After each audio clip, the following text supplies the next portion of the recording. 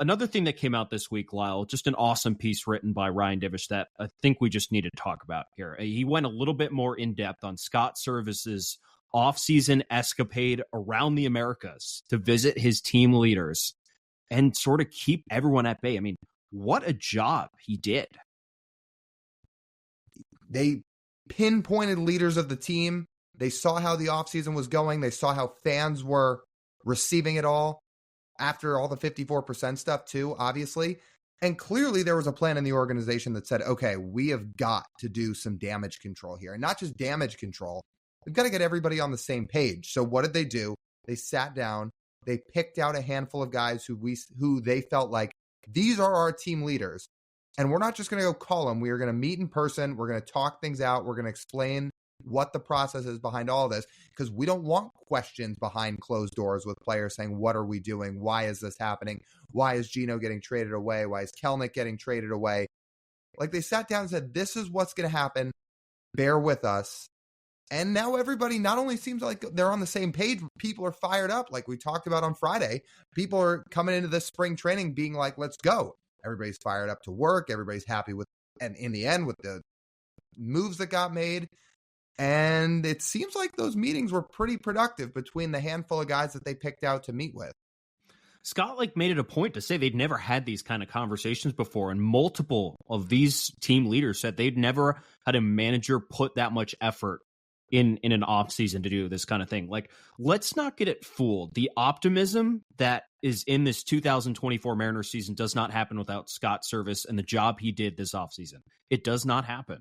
It does. Like, what is the message at spring training right now if Scott Servais hadn't gotten on a plane and flown to the Dominican Republic and went fishing with Luis Castillo to go sit there and talk to his ace? Like, what happens if he's not telling him why they traded the guy he essentially came up to the big leagues with and has played with throughout pretty much his whole career in Gino Suarez, and Castillo sitting there like, what are we doing?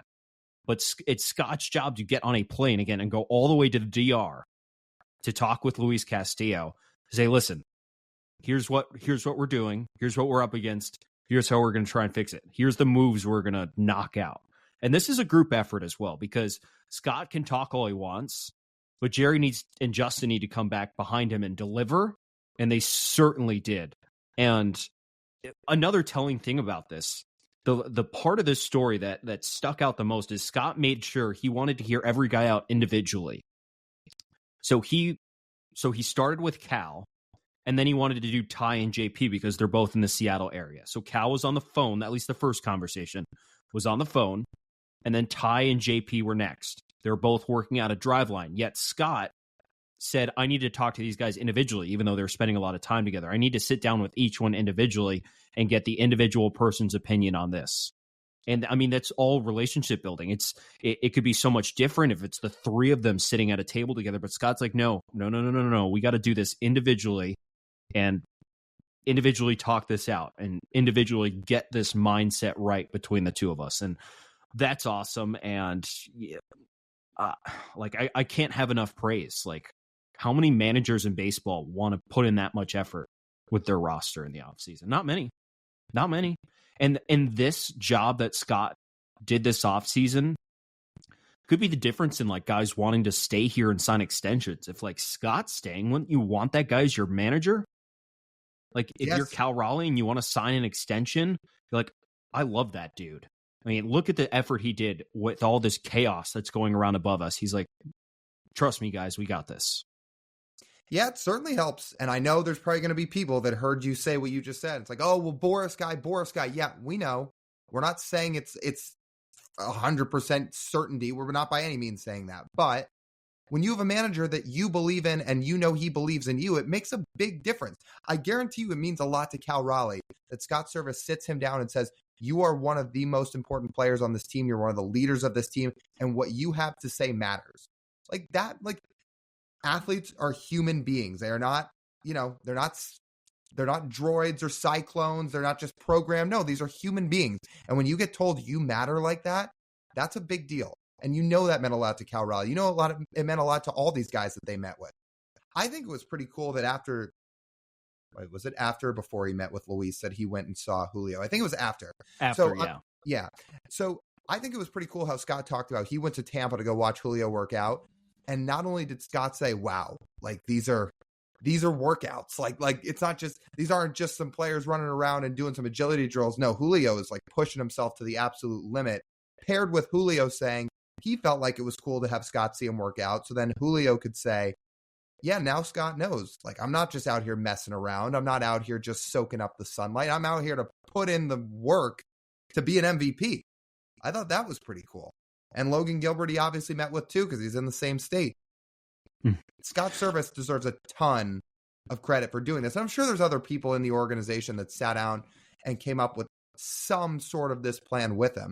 But the fact Scott took all this time to go do that, like Scott's got an off season too. He's got a family. He's got things I'm sure he wants to do, but he knows how important this is. He knows how important it is to keep this group, one, on the same page, and two, keeping people with a positive energy.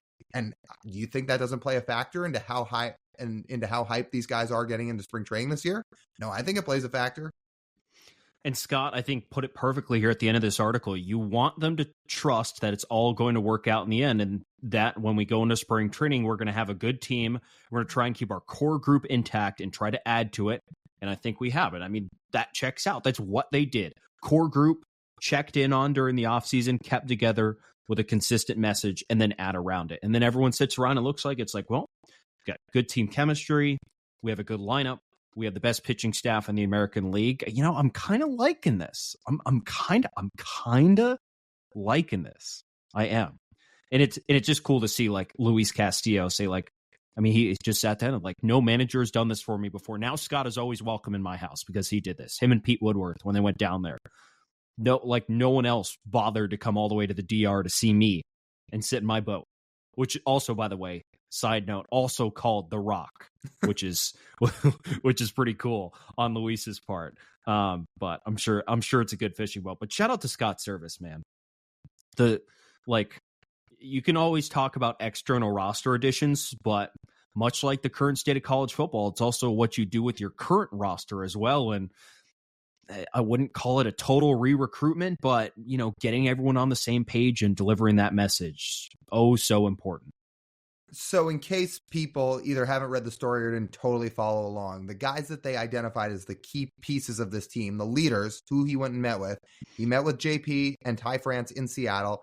He met with Logan Gilbert and Julio in Florida. He met with Luis in the Dominican Republic. And with Cal, I think that one might have just been a phone call. It might have been. So Cal was in the process of moving to Arizona at that point when he called him. So I think Cal's residence might have multiple residences, but it sounded like Cal was between spots at that point. But so maybe it was, it might have been a logistics thing with Cal, but still, those are the guys I identified saying, these are the leaders of the team. Let's meet with them. Let's get everybody on the same page. And it's interesting too with JP. From what Divish reported in his story, JP, when they first sat down, it sounded like, one, he had a lot of questions, and two, he said to himself, like, kind of like, what's going on? He said the same thing like a lot of us were saying when all the trades were happening. But it sounds like after the meeting was adjourned and he had more of an understanding of what was going to happen, he walked away in a lot better place, which is pretty cool. And the thing that was brought up is that, you know, JP, at least speaking from what Divish wrote, you know, sometimes has a hard time trusting the organizations he's played with just because of the failures he endured as a top prospect coming up, and said like it just like the wording of it, like that it kind of broke him and that he had a hard time trusting. So when stuff like this happens, like, well, this can't be happening around me right now. And he said it felt very refreshing to have Scott come in there and say, no, we're good. We're good, dude. I think we've also learned, if anything we've learned about this offseason, we have learned JP and Ty are even closer friends than I realized. I knew those guys were friends, but they've been almost two peas in a pod all winter. Like they barely spend any time apart is how it seems. They're always together at the field in spring training. They're together at Driveline. They're seen hanging out during the winter. Like those guys are kind of inseparable. Pretty cool. It's a pretty cool story to have. And, you know, hopefully JP will be hitting him there at first base right in the mitt plenty of times this season. I can't wait.